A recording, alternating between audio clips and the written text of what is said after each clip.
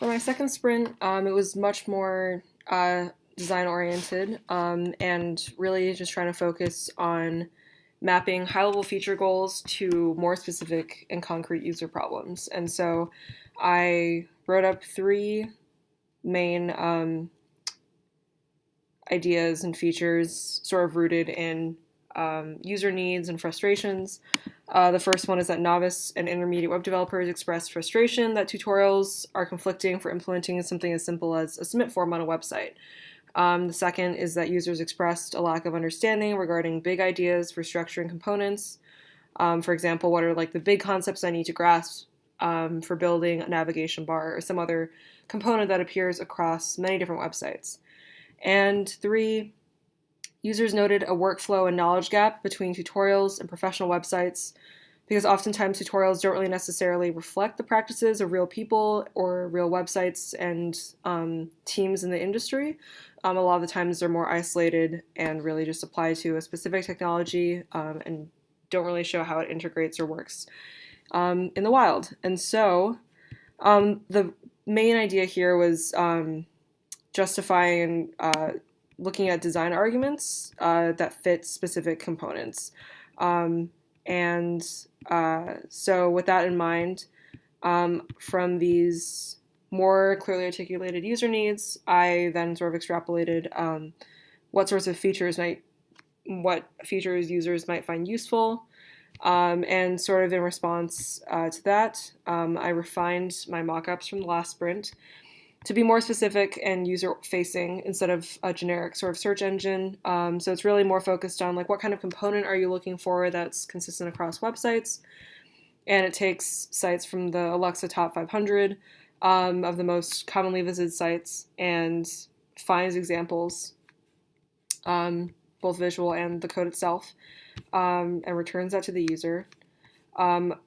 The second feature was really in response to sort of the first two needs here about conflicting implementations or understanding like the big ideas of structuring either HTML or CSS for specific components. So in this example, in this mockup, there's a view and this affordance of sort of identifying in the actual source code the high level structural differences in the HTML, as well as producing a more simplified version of what we see here in the source code, which is often something that I think detracts, that users say just sort of really just detract them from viewing source and making use of existing source code in websites because it's oftentimes so specific to a specific site and a lot of the data attributes sort of get really messy. And so if we can sort of untangle and just give like a really simplified structure, hopefully that will be a more direct way of showing sort of like the high level concepts to that these websites implement for real. And then finally, also in sort of both of these mockups, also integrating in response to conflicting implementations, some more, again, design arguments from maybe real web developers or people that write tutorials or people in the industry who can better speak to reasons why something should be structured a certain way than another. So really, getting sort of an expert's opinion embedded in this tool as well. And so the final sort of feature I was thinking about was also addressing the issue of workflow, which was the third sort of user need, and thinking more about what are the tools and libraries and sort of like trends in web development that might be really in versus the ones that are actually being used on really popular sites. And so I think in terms of upcoming steps, I'll really be focusing more on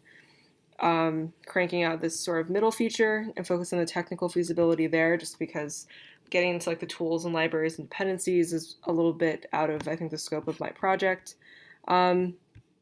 yeah, so what is really happening, I think, now is that I'm trying to provide a richness with these comments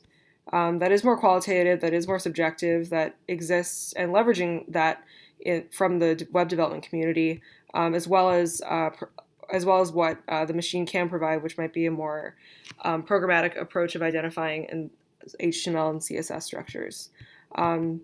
Yeah, so what really this is allows potentially a sort of feedback loop for experts to sort of jump in, for novices to understand the system and get more meaning out of the page, and yeah, sort of feeding back into that general cycle.